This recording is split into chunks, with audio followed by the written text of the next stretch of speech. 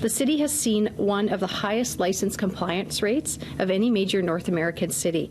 They're calling it a success, a year after the City of Vancouver enacted regulations around short-term rental sites like Airbnb. 73% of listings are complying with the rules. Since we introduced the regulations, more than 2,000 short-term rental units have delisted and have not returned to the market. And over the same time period, more than 2,100 additional long-term rental licenses have been issued. Last year's bylaw made it mandatory to obtain a $49 business license to list your residence.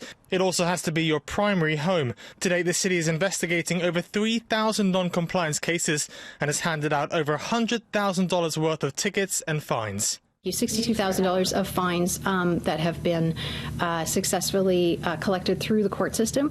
We also have, if I recall correctly, 120 prosecutions underway right now. Since regulation was enforced last year, Airbnb has brought in over $43 million in taxes for the province and local governments. And with rentals in Vancouver averaging over $100 a night, it's a lucrative business, but not everyone wants to play by the rules. Along Canada Line, I find a lot of illegal listings, and there's a big problem in downtown area. Housing advocate Rahana Rizal has been pushing for stronger enforcement against short-term rentals like Airbnb. Software he created has identified hundreds of illegal listings still active in the city, with operators using duplicate and fake licenses or none at all.